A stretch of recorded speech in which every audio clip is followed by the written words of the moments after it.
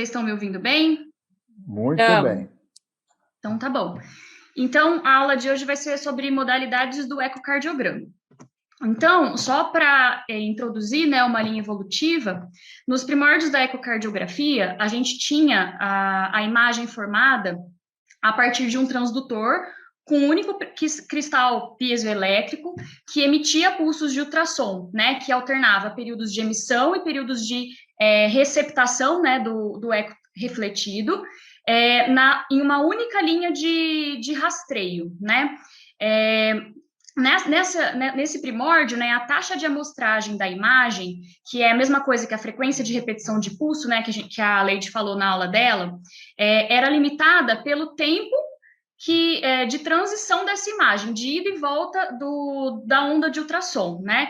Então, quanto maior a distância, a profundidade da estrutura que a gente tem interesse em analisar, maior era o tempo para a onda de ultrassom ir e ser refletida e, portanto, menor a frequência de repetição de pulso, ou seja, menor a taxa de amostragem da imagem, tá? Então, no começo, a gente tinha duas formas de representação da imagem. A imagem no modo A, que é o modo de amplitude, que é essa imagem logo à direita do meu slide. Então, é essa forma de representação aqui, da direita da tela. Então, a gente tinha um gráfico, né, no que o eixo vertical era a profundidade da imagem e o eixo horizontal era a amplitude do sinal. Então, o sinal de eco que era refletido, que era recebido pelo transdutor, ele era convertido em espícula. Quanto maior a intensidade desse eco, maior a espícula. Então, era essa a forma de representação que a gente tinha.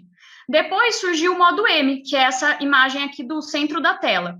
Tá? Então, o modo M, ele representava a imagem de uma forma gráfica também, no qual o eixo vertical era igualmente do modo A, de profundidade, e o eixo horizontal representava o tempo. Então, diferente do modo de amplitude, aqui a gente conseguia ver a movimentação das estruturas ao longo do tempo. Então, o primeiro modo que eu vou falar é o modo M, né? Então, conforme eu já falei, o modo M é uma representação unidimensional de movimentação pelo tempo, tá? Então, ele consegue rastrear uma única linha de rastreio e todas as estruturas que estão nessa linha de rastreio são representadas em relação à sua movimentação, em relação ao transdutor, tá? Ao longo de todo o tempo que você permanecer com aquela linha de rastreio ali, tá? Como ele é unidimensional, a gente só consegue representar a imagem numa única dimensão.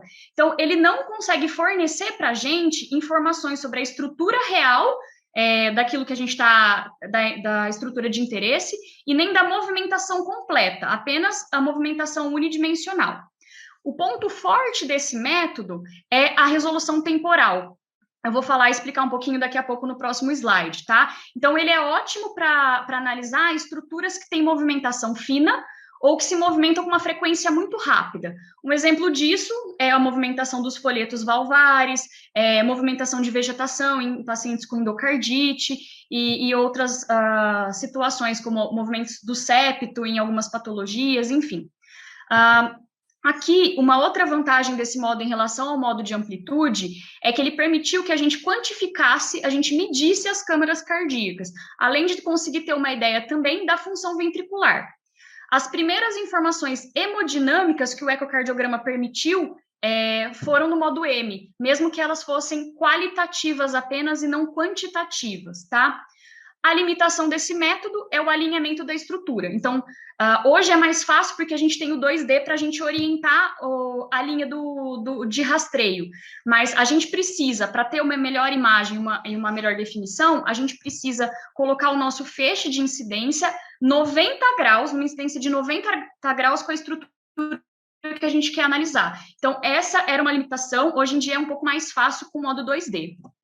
Então, aqui, um pouco da formação da imagem. Então, como eu disse, a gente tem um transdutor que emite um feixe com uma única linha de rastreio e impulsos, né? E aí ele consegue ver a orientação, a movimentação dessa imagem, das estruturas que eu tenho nessa linha de rastreio. Por que ele tem uma boa resolução temporal?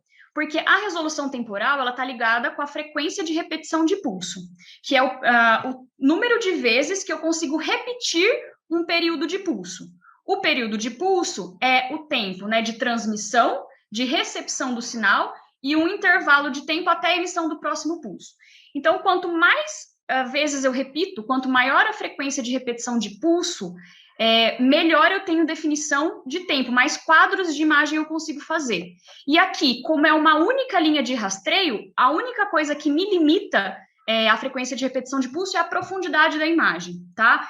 Mas se a gente pensar que a velocidade de propagação da onda de ultrassom no tecido miocárdico é alta, é 1.540 metros por segundo, mesmo uma profundidade um pouco maior, vamos dizer assim, de 20 centímetros, vai ser muito rápido, a minha taxa de amostragem vai continuar sendo muito rápida, né? Então, a gente consegue obter com esse modo uma frequência de repetição de pulso de até 3.850 vezes. E, na prática, a gente usa basicamente 1.800 vezes por segundo. Então, é por isso que esse modo tem a melhor resolução temporal de todos os modos que eu vou falar aqui ainda. Então, depois, com a formação dessa imagem, a gente vai obter aquele gráfico que eu já falei, de movimentação ao longo do tempo, né? E aqui eu coloquei alguns exemplos. Então, aqui, os próximos slides que eu vou falar são das estruturas no modo M, e ao lado eu coloquei uma representação em desenho mesmo, para a gente entender qual que é a estrutura e facilitar a visualização. Então, aqui, né, nesse modo M da cavidade ventricular, a primeira linha que eu tenho aqui é o pericárdio, aí a gente tem ventrículo direito, septo,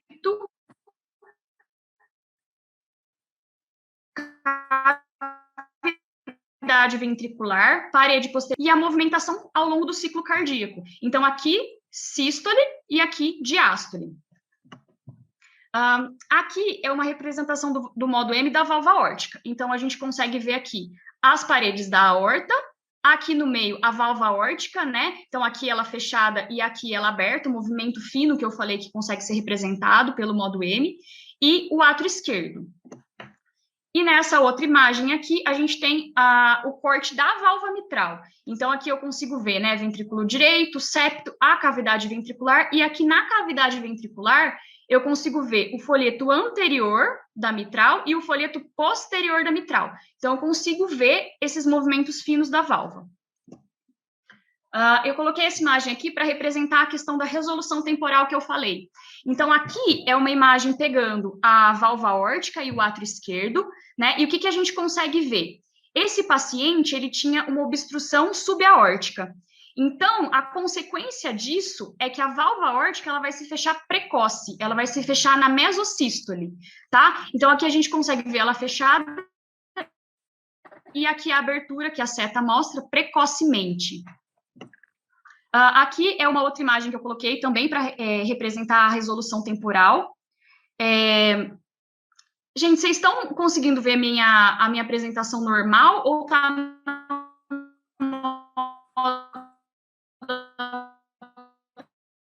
apresentador? Vocês estão vendo a minha tela inteira, né? A tela inteira. Com as anotações. Tela inteira, né? Vou tirar. Pronto, fica mais fácil assim.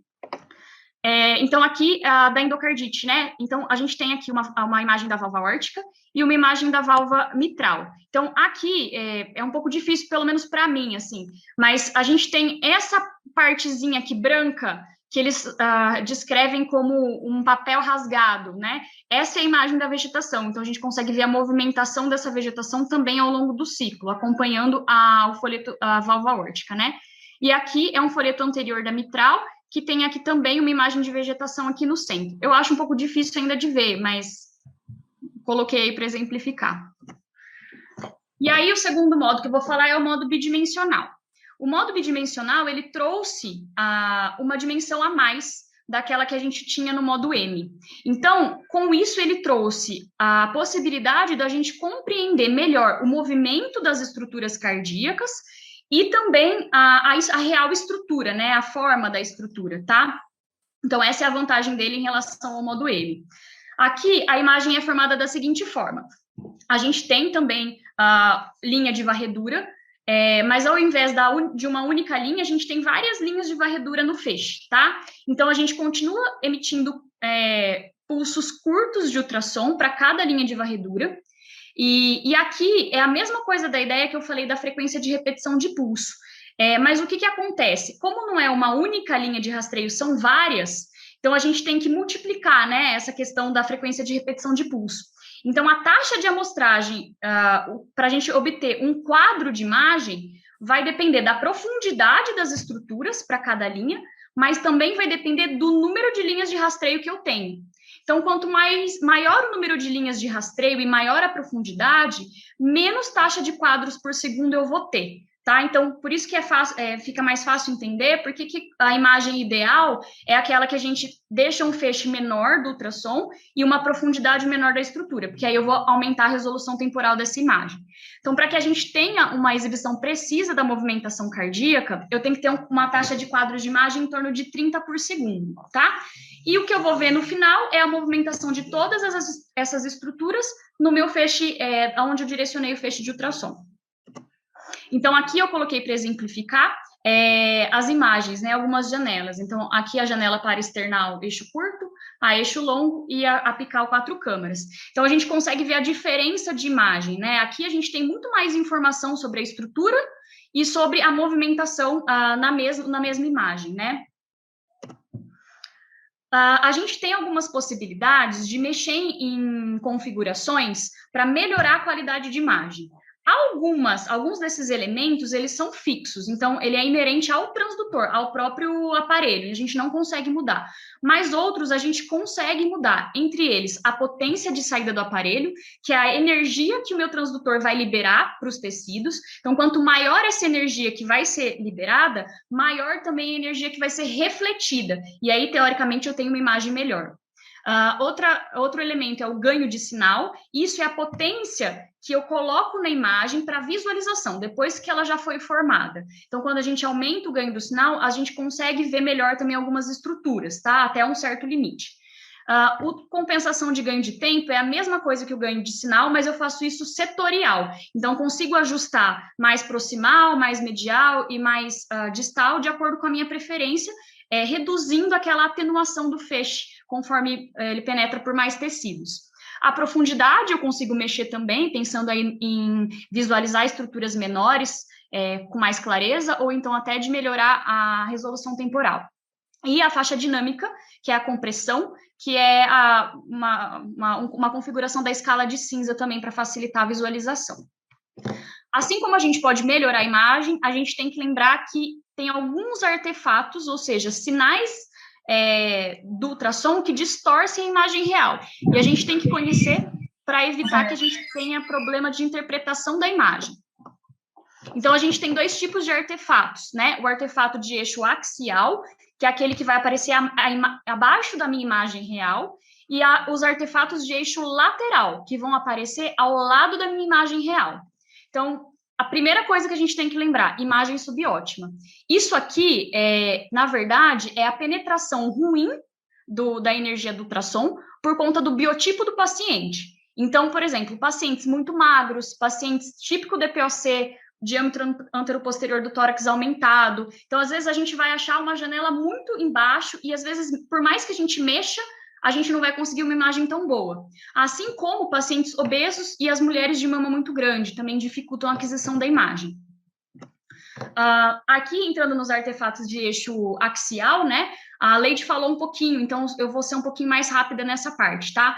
Que é a reverberação. Então, o artefato de reverberação é bastante comum na aorta, tá? Na aorta ascendente. Então, às vezes, né, ele vai gerar uma imagem que não é real, né? Abaixo da minha imagem real, no caso aqui a parede da aorta, né? Ele vai gerar essa imagem aqui no meio, no centro, e muitas vezes a gente pode confundir isso com uma lâmina de dissecção. Então, é importante saber que esse tipo de artefato pode acontecer aí. Um outro tipo de artefato é a cauda de cometa. A cauda de cometa, na verdade, é uma reverberação complexa, ou seja, são múltiplos fenômenos de reverberação na mesma imagem. Então, aqui é uma imagem de uma prótese mitral, né, mecânica, e como ela tem muitos elementos que são refletores potenciais, né, o feixe de ultrassom incide, reflete, e ao invés dele voltar direto para o ultrassom, ele volta de novo para a estrutura, para depois voltar para o ultrassom. E aí o ultrassom joga uma imagem que não é real aqui atrás da imagem real, que seria a válvula, tá? Então, se a gente vai ver essa imagem aqui em cauda de cometa. Esse é o outro artefato, né, que é o artefato em espelho, que acontece geralmente quando a gente incide o feixe de ultrassom em superfícies que são muito refletoras, né, e que são muito grandes. Então, isso é comum no tecido pleural e no tecido pericárdico. E aí, o que acontece? Esse tecido que é bastante refletor, ele vai funcionar como espelho para outros tecidos. Então, o feixe de ultrassom bate nele, uma parte retorna, mas a outra parte bate, por exemplo, aqui no folheto anterior da mitral.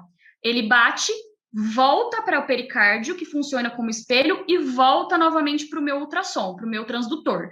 E daí o transdutor interpreta que a demora para essa imagem retornar é porque essa imagem, na verdade, está mais distante. Então, a gente vê o folheto anterior da mitral, o pericárdio, que é o espelho, e, de novo, o folheto anterior da mitral. Mas essa imagem aqui abaixo, ela vai ter movimentação contrária. É exatamente isso que eu falei. O pericárdio funciona como um espelho, tá? Aqui são os artefatos de sombra acústica, né, e reforço acústico, que são, na verdade, eles representam a diferença, né, de densidade, né, de passagem do ultrassom pelos tecidos. Então, quando a gente tem um tecido que é muito refletor, ele atenua muito a imagem, ele não permite que a onda de ultrassom passe depois dele. Então, aqui a gente tem uma aorta, né, e a gente tem uma placa calcificada na aorta. Então, o feixe de ultrassom bate, e como a placa calcificada não deixa ele passar, a gente vai ter essa imagem de ausência de eco, a gente vai ter uma imagem de sombra acústica. O reforço acústico é totalmente contrário, tá? Então, a gente tem uma imagem, por exemplo, líquida, né, um cisto aqui no fígado, que ele vai ter pouco atenuação da onda de ultrassom. Então, a gente vai ter um reforço após o cisto, né, após a parede do cisto. Aqui é o fenômeno de refração, que é entrando nos artefatos de feixe lateral, né? Então, aqui o que acontece? A onda de ultrassom bate na válvula aórtica, e aí na hora que ela volta em ângulo reto. Só que o pericárdio aqui, o tecido, né, o miocárdio, ele atua como uma lente, então ele vai desviar o ângulo de incidência, de retorno. O ultrassom entende que a imagem está exatamente a 90 graus do ângulo de incidência, então ele vai achar que a imagem está lateral à imagem real. Então, geralmente é um artefato que acontece muito comumente no eixo parasternal curto, né? E a gente geralmente tem essa imagem mesmo, que é da válvula aórtica, e uma imagem fantasma aqui na lateral. E aqui a gente tem os artefatos de largura de feixe e de largura de feixe de lobo lateral. Então, aqui, né, o que acontece? A Leide já falou isso na outra aula, quando a gente tem o feixe de ultrassom, ele sai do nosso transdutor com o mesmo diâmetro do transdutor, aí em certo momento ele se afina, que é a região focal, e depois ele se abre novamente, né? Aqui o que acontece? Quando a gente tem uma estrutura que é muito refletora, na parte alargada do meu feixe, como a energia que é refletida é muito intensa, o ultrassom pensa que ele está na região focal. Então, ele vai jogar essa imagem para cima, tá? Então, a gente vai estar vendo aqui, por exemplo, o parasternal eixo longo, né? Mostrando ventrículo esquerdo, átrio esquerdo. E aqui é uma imagem do pericárdio, que deveria estar aqui embaixo. E, na verdade, ele joga a imagem para cima. No meio, é esse artefato aqui, que quando o feixe, ele joga, a maior quantidade de energia do feixe é ao longo do feixe, mas ele também tem uma energia um pouco nas laterais. Quando a gente tem um objeto muito refletor na lateral do feixe, o ultrassom interpreta que ele está na região central do feixe, e daí ele vai jogar seriam laterais no meio. Aqui eu coloquei um slide só para representar isso que eu falei até agora. Então, no modo M, se a gente pensar num frasco com líquido, né, e a gente agitar uma esfera nesse líquido, o modo M, ele vê uma única dimensão. Então, ele vai ver que a esfera, ela faz um movimento de ida e volta, né, de cima para baixo ou de um lado para o outro, mas ele não consegue ver a movimentação completa e não consegue me dizer que isso é uma esfera, né, na estrutura do objeto. O modo 2D, eu já consigo ver melhor a movimentação, então ele sabe que faz um semicírculo, né, e sabe que é uma esfera, então ele consegue me dar mais informações sobre a estrutura. E o modo tridimensional, que é o modo completo, né, que vem em 3 dimensões, então ele vê o movimento completo e ele vê a forma completa do objeto também. Saindo do modo 2D, a gente tem o modo Doppler. O que é isso? O modo Doppler, ele é baseado no efeito Doppler, que é um princípio físico que diz o seguinte: quando a gente tem uma fonte de onda sonora e um corpo refletor, se as duas estiverem estacionárias, a frequência da onda que eu vou emitir e a frequência que eu vou receber de volta é igual. Agora, se eu tenho uma fonte e o corpo refletor, né, essa fonte, né, e o corpo refletor que se movimenta em relação à fonte de emissão de onda sonora, a frequência que vai ser refletida é diferente da frequência que vai ser emitida, tá bom? Para a gente exemplificar melhor, é só pensar na questão de uma ambulância. Então, quando a gente está na rua e tem uma ambulância passando próximo. Se a ambulância está longe, eu vou ouvir o som com uma determinada frequência, geralmente uma frequência mais baixa. Quando a ambulância se aproxima, o meu som aumenta muito de frequência. É igualzinho aqui, tá? Então, quando a gente tem um corpo refletor que se aproxima da fonte de onda sonora, a frequência que ela vai refletir é maior que a frequência que ela vai emitir. Quando eu tenho um corpo que se afasta da fonte de emissão de onda sonora, a frequência que ele vai refletir é menor que a frequência que ele vai receber, tá? Então, aqui, por exemplo, no caso do eco, a nossa fonte de onda sonora é o transdutor. E o corpo refletor são as hemácias do fluxo sanguíneo. Então, quando eu tenho, né, uma hemácia que se aproxima do transdutor, eu vou ter uma frequência que ela vai refletir maior que a frequência do transdutor, tá? Essa mudança de frequência é chamada de desvio Doppler. Então, se eu tenho uma frequência maior refletida e uma menor que foi enviada, o meu desvio Doppler é positivo. Então, no gráfico de representação do ecocardiograma Doppler, que é a imagem espectral, que é essa aqui da foto, né, eu vou ter uma onda positiva. Quando eu tenho as hemácias se afastando do transdutor, como nesse caso, né, eu vou ter uma frequência que é emitida, que é refletida, diferente da frequência que é emitida pelo transdutor, que vai ser menor. Então, o desvio Doppler é negativo e eu vou ter uma representação negativa na imagem espectral.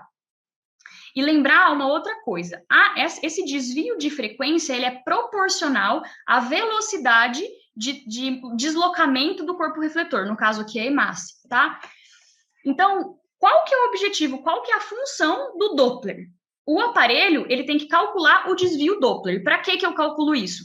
Porque, conforme eu disse, o desvio Doppler ele é proporcional à velocidade do fluxo. Então, quando o aparelho me dá o desvio Doppler, por uma equação chamada equação Doppler, eu consigo calcular a velocidade máxima desse fluxo, ou a velocidade desse fluxo, tá?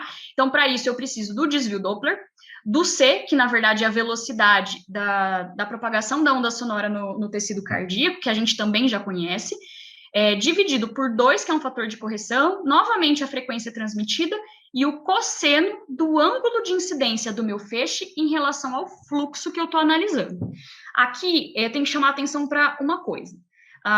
Quando a gente lembrar da matemática lá do cosseno, o cosseno de 0 é 1. Então, se eu tiver um ângulo de incidência paralelo ao meu fluxo sanguíneo, que é esse ângulo aqui, eu vou ter, se ele for 0 graus, se ele for paralelo, eu vou ter o cosseno de 0 graus, que é 1. Então, essa fórmula aqui da equação Doppler vai ser corrigida vezes 1, por 1. Então, eu vou ter a estimativa real da minha velocidade. Conforme eu aumento esse ângulo de incidência caminhando para 90 graus, o cosseno diminui, ou seja, eu vou ter uma subestimação da velocidade conforme eu aumentar o meu ângulo de incidência. Então, até 20 graus de ângulo, não é tão importante essa diferença, diminui no máximo 6% da velocidade. Mas conforme eu for aumentando, se eu chegar, por exemplo, no ângulo de 60 graus ou 50 graus, eu vou ter 50% de subestimação desse fluxo, tá? E outra coisa que interfere aqui na velocidade que eu meço é a frequência do transdutor. A Stephanie falou na aula dela que para o ecocardiograma em si, uma frequência mais alta do transdutor é melhor. Nesse caso, uma frequência mais baixa do transdutor é melhor, porque ele vai me permitir registrar velocidades maiores, tá? Então, aqui, conforme eu já falei, é a análise espectral, que é a forma de representação gráfica do desvio Doppler das velocidades. Então, o que acontece? Ele vai me dar um gráfico, né, onde a horizontal na verdade, o tempo, né? E a vertical é a velocidade do fluxo, tá? Como o fluxo sanguíneo é um fluxo pulsátil, a gente não vai ter uma única velocidade, a gente vai ter um espectro de velocidades daquele fluxo, tá? Então, por isso que a onda de representação é essa aqui, é larguinha, chamada de envelope. E aqui, o que acontece? Todos os espectros de velocidade estão dentro desse envelope do fluxo, tá? Quando a gente tem um fluxo laminar, as hemácias, elas se movimentam com velocidades muito próximas. Então, eu vou ter um envelope que ele vai ser mais fininho, com uma base mais fina. Quando eu tenho um fluxo turbulento, eu vou ter hemácias com velocidades totalmente diferentes. Então, eu vou ter um espectro maior de velocidade e, portanto, o meu envelope vai ser um envelope mais largo, tá bom? A frequência de repetição dessas velocidades é dada para a gente como uma escala de cinza, tá bom? Então, quanto mais cinza a parte do envelope, mais hemácia se movendo naquela velocidade eu vou ter, tá? E aí, um ponto importante. Então, quando eu quiser ver um ponto do tempo nesse gráfico de velocidade, nesse envelope, eu vou saber a velocidade que a hemácia está se movimentando, eu vou saber a direção, se está em direção ao transdutor ou não, né? Então, ele me dá muita informação, tá bom? Aqui eu coloquei uma tabela para a gente comparar o 2D com o Doppler, que eu achei bastante interessante. Então, o 2D, a gente vai focar tecido. Então, o nosso alvo é o tecido. A gente vai estudar anatomia, esse é o objetivo. A nossa avaliação, o tipo de informação que a gente recebe é estrutural. A posição do meu feixe em relação à minha estrutura tem que ser perpendicular para permitir melhor análise da estrutura e a frequência do transdutor geralmente é alta. Quando eu tenho o Doppler, o meu alvo é o sangue, que eu vou ver o deslocamento das hemácias. Então, ele vai me dar características, né, funcionais, eu vou estudar a fisiologia. A incidência do meu feixe tem que ser paralelo e, de preferência, a frequência do meu transdutor tem que ser baixa. Então, dentro do Doppler, a gente tem 4 tipos de Doppler, né? Que é o Doppler contínuo, o Doppler pulsado, o Doppler colorido e o Doppler tecidual. Então, eu vou ser um pouquinho breve para falar dos 4 tipos, tá? O Doppler contínuo, o que acontece? A gente tem um único cristal no transdutor, que vai, 2 cristais, um que vai emitir constantemente pulsos de ultrassom, continuamente, e outro que vai receber o sinal refletido continuamente, tá? Então, quando a gente utiliza, né, o alinhamento correto, tudo certinho, a gente vai obter esse tipo de envelope aqui, tá? Da imagem ao lado. Então, a gente tem um envelope que a gente consegue delimitar exatamente a velocidade máxima, que a gente consegue ver quando o fluxo começa e quando ele termina, e o envelope é todo preenchidinho por uma escala de cinza. Por quê? Como continuamente eu estou avaliando as velocidades e as frequências, né, o desvio Doppler, eu consigo pegar velocidades muito baixas, né, próximo do fluxo de velocidade máxima, tá? Então, meu envelope costuma ser todo preenchidinho assim, tá? A vantagem do Doppler contínuo é que, como eu faço continuamente o rastreio, eu consigo ver desvios de frequência ou desvios Doppler maiores e, portanto, eu consigo detectar velocidades mais altas, tá? A desvantagem é que, como eu tenho um feixe que analisa o feixe inteiro continuamente, dependendo de onde eu posiciono, eu posso pegar mais de um fluxo, que é o que acontece às vezes quando a gente faz a janela apical 4 câmaras, que a gente pega ao mesmo tempo o fluxo de entrada e o fluxo de saída do ventrículo esquerdo. Aqui ainda é fácil, porque são fluxos diferentes, né, de direções opostas, que a gente consegue saber qual que é qual. Mas em algumas situações a gente não consegue determinar. Então, essa é a desvantagem desse método contínuo. O Doppler pulsado é um pouco diferente. A gente tem um único cristal que vai fazer emissões intermitentes do pulso de ultrassom. Então, ele joga o pulso bate na estrutura, é refletido e depois existe um período de silêncio até a emissão de um próximo pulso. Isso é o que eu exemplifiquei no começo da aula, que eu falei que é o período de pulso e que está relacionado com a frequência de repetição de pulso, tá? Aqui, qual que é a vantagem desse método? Que eu não vou analisar a linha de rastreio inteira. Eu consigo posicionar onde naquela linha de rastreio eu quero medir as velocidades, tá? Então, a gente usa o que a gente chama de volume amostra, tá bom? Ao longo daquela linha de rastreio para posicionar adequadamente. Isso facilita para não ter interferência de outros fluxos, tá? E eu consigo, inclusive, controlar qual que é o tamanho desse volume amostra. Geralmente já vem padronizado no aparelho, mas a gente tem uma forma de mexer nisso também. Então, aí, só para exemplificar, aqui é uma análise de Doppler pulsado, e a gente vê o envelope, assim como a gente vê no contínuo, só que a gente percebe que ele não é todo preenchido na escala de cinza. Por quê? Ele acaba detectando desvios de frequência menores do que na análise contínua. Então, aqui, só para mostrar melhor, né, o ciclo de pulso, né? Então, o pulso até voltar para o nosso transdutor e um período de silêncio. Depois disso, repete de novo o pulso, tá? E aí, qual que é a desvantagem desse método? A desvantagem é que, como eu tenho uma linha de rastreio, né? E eu não estou vendo continuamente essa linha, eu consigo detectar desvios de frequência ou desvios Doppler menores. E, portanto, eu tenho limite de velocidade para eu detectar por esse método, tá? A gente sabe que, para a gente ter uma acurácia do sinal, uma acurácia da velocidade, a frequência de repetição de pulso do meu método aqui tem que ser 2 vezes maior ou igual a 2 vezes a frequência do meu transdutor, tá? Isso estabelece para a gente um limite, que é o limite Nyquist, tá? Esse limite é o quê? A mudança máxima de frequência que eu consigo detectar do meu transdutor, portanto, a velocidade máxima que eu vou conseguir detectar. Então, por essa fórmula aqui de cima, a gente tem que o limite Nyquist é a frequência de repetição de pulso dividido por 2. Toda vez que o meu desvio Doppler foi maior que esse limite, eu vou ter uma confusão em relação à direção do fluxo, que eles chamam de aliasing, ou então ambiguidade. O que é isso? Eu não vou saber para onde que está indo o fluxo, qual é a direção, tá? Então, aqui eu coloquei melhor um exemplo para a gente. Então, aqui nesse exemplo de cima, a gente tem uma onda emitida pelo transdutor numa frequência de 3. Aqui, a minha frequência de repetição de pulso é 11, ou seja, ela traceja um monte de vezes na mesma onda, né? Lembra que eu falei que a frequência de repetição de pulso tem que ser maior ou igual a 2 vezes a frequência do meu transdutor? Então, nesse caso, a frequência de repetição de pulso é 11, então é maior do que 2 vezes a frequência do transdutor. Aqui, eu não vou ter nenhuma ambiguidade, eu vou conseguir detectar direitinho as velocidades. Nesse último exemplo, eu tenho uma frequência do transdutor de 8 e uma frequência de repetição de pulso de 11. Isso significa que eu vou ultrapassar o meu limite Nyquist e, portanto, eu vou ter o aliasing de sinal. É isso que a gente vê no Doppler espectral desse tipo de interferência, tá? Então, a gente vê, olha aqui o fluxo. A gente não sabe se o fluxo é positivo, tá para cima ou tá para baixo, tá bom? A gente tem formas de corrigir isso. Uma delas é você deslocar a linha de base. Então, quando a velocidade não é tão alta, a gente desloca a linha de base, é como se fosse um corta e cola eletrônico. Ele tira de um lado e bota do outro, e a gente consegue ver a velocidade máxima.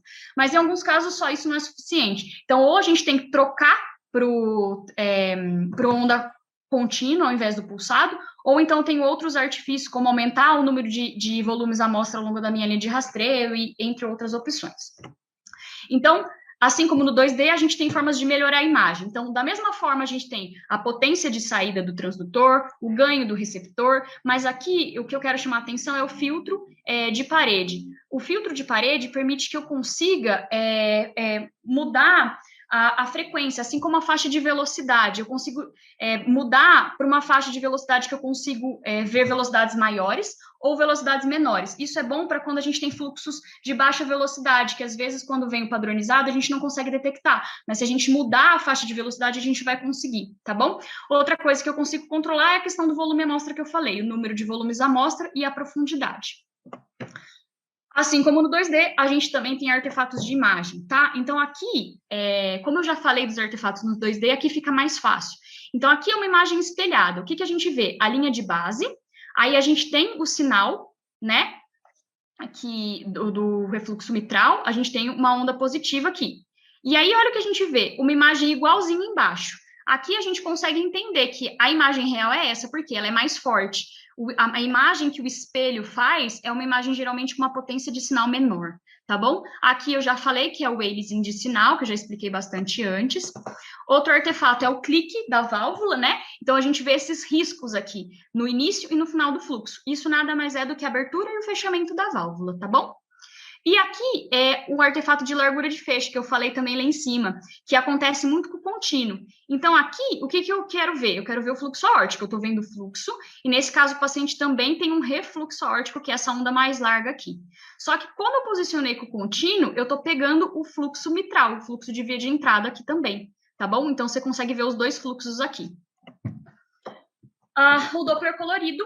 O Doppler colorido, ele usa princípios do Doppler pulsado, tá bom? Então, o que ele faz? Ao invés de uma única linha de amostra como o Doppler pulsado, eu tenho várias linhas de amostragem. E cada linha de amostragem, vários volumes amostra. Então, ele junta os dados de tudo isso e mostra para a gente uma imagem 2D, a partir da combinação desses dados, tá bom? Então, o que eu vou ter? Essas informações que eu obtive vão ser transformadas num gráfico de cor, tá? E aí, o que acontece? É padronizado que o fluxo que está se aproximando do transdutor é representado em vermelho. E o fluxo que está se afastando do transdutor é representado em azul, tá bom? Então, quando a gente tem um fluxo laminar, a gente vai ver exatamente isso, tá? Uma cor única, com o brilho, né? O brilho está relacionado à velocidade daquele fluxo naquele ponto, com um brilho igual, homogêneo. Quando a gente tem um fluxo turbulento, a gente tem hemácias se movimentando em todas as direções possíveis e com todo o perfil de velocidade possível também. E aí, além dessas duas cores, vai aparecer o mosaico, que a gente chama. Então, vai misturar a cor amarela, verde, e vai ficar um padrão totalmente diferente do fluxo laminar, tá? Então, aqui tem uma imagem, tá? Isso aqui é o fluxo de saída do ventrículo esquerdo. Então, a gente vê um fluxo totalmente laminar, representado na cor azul, que está se afastando do nosso transdutor, que está aqui em cima. Aqui é um fluxo também laminar, que é o fluxo de entrada do ventrículo esquerdo. Então, a gente vê um fluxo em vermelho, porque ele está se aproximando do meu transdutor, que está aqui em cima, né? E um fluxo com a mesma cor e com o mesmo brilho, tá bom?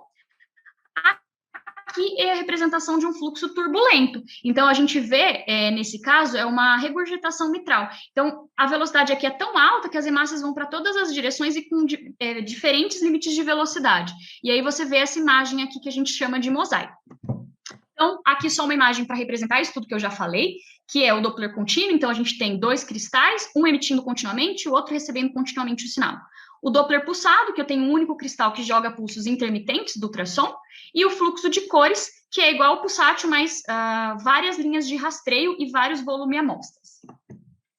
A gente também consegue mexer em alguns instrumentos para configurar melhor a imagem. Então, aqui eu consigo ajustar a escala de cor. Isso é de pessoal, né? O que facilita para você identificar fluxos turbulentos, tá? A faixa de velocidade, assim como no Doppler pulsado, eu também tenho o limite Nyquist aqui. E aqui ele é dado num gráfico de cor que aparece ao lado da nossa imagem no eco, tá? Então, eu consigo mexer nessa faixa de velocidade também. Consigo mexer os artefatos do Doppler colorido. Então, a gente tem, assim como no Doppler contínuo, né, o contínuo, a gente tem o pulsado, perdão, a gente tem o hélice de sinal. Então, aqui, o que acontece? A gente sabe que o fluxo está indo em direção ao ápice. E aí, o meu fluxo tem uma velocidade tão grande aqui que esse gráfico aqui que mostra, né, o limite Nyquist aqui, gera ambiguidade. Então, ao invés de eu ter tudo vermelho ou o mosaico, eu tenho azul e depois o vermelho. Isso é a confusão da direção do fluxo, tá? Aqui eu tenho uma imagem fantasma, então geralmente acontece quando eu tenho uma imagem móvel, né, e bastante refletora. E aí eu vou ter a formação do color dentro de estrutura tecidual, que não tem fluxo, tá bom? Aqui é o outro artefato, que é o de reverberação. Então, é igualzinho o artefato do 2D que eu falei, só que aqui é colorido, né? Esse artefato, nesse caso da figura, foi gerado por um cabo de marca-passo, que está aqui nas câmaras direitas, tá bom? Então, a movimentação dele gera essa reverberação complexa, né? Essa cauda de cometa no Doppler colorido. Aqui eu tenho uma imagem em espelho também, né? Então, aqui eu tenho a veia cava entrando aqui, né, no átrio direito, e aí, por ela ser muito refletora, a parede, ela vai gerar uma imagem em espelho para mim, que também vai ser colorida, mas a gente vai ver que aqui não vai ter movimentação do fluxo, tá? Isso ajuda a gente a diferenciar esse tipo de artefato. Aqui também sombra acústica, na imagem à esquerda, então eu tenho, né, uma prótese aórtica, né, biológica, e aí como aqui é muito refletor, eu tenho uma ausência de eco. Vou ter tanto no 2D quanto no colorido, então eu tenho color aqui e color aqui, e aqui eu tenho uma imagem preta, tá? Aqui à direita também é uma interferência, tá? Nesse caso, aqui é um refluxo tricúspide e é um paciente que está em uso de Impella, então, que é o dispositivo de assistência ventricular. Então, eu vou ver todas essas imagens horizontais aqui, que nada mais são do que artefatos. Outros dois tipos de artefato, né, que é a interferência elétrica. Então, nesse caso, esse tipo de artefato aqui é decorrente de um problema do probe mesmo, de ultrassom, ou então da blindagem, né, que a gente faz quando liga na rede elétrica, tá? E esse aqui é um artefato de cautério, usado para procedimento cirúrgico mesmo. Então, ele faz esse tipo de artefato que a gente consegue definir completamente que isso não é real, né? O último Doppler que eu vou falar é o Doppler tecidual. Então, aqui, o Doppler tecidual, ele vai usar os princípios do Doppler pulsado e do Doppler colorido, que eu já falei anteriormente. E o objetivo aqui desse tipo de Doppler é ver movimentação do miocárdio, tá? E não mais de fluxo sanguíneo. Então, o que a gente tem que lembrar quando a gente usa esse tipo de método? Que a velocidade de deslocamento do miocárdio é bem menor do que de um fluxo sanguíneo. Então, aqui, a minha escala de velocidade vai ter que ser bem menor. Além disso, né, a energia que o miocárdio reflete é maior do que a energia do fluxo sanguíneo, do sangue, tá? Então, a gente vai precisar usar potências do aparelho e ganhos da imagem menores também para conseguir uma imagem adequada. E aí, ela vai ser exibida assim também, numa análise espectral, né, que eu tenho a movimentação, né, acima da minha linha de base e abaixo da minha linha de base, indicando qual que é a direção da movimentação do miocárdio.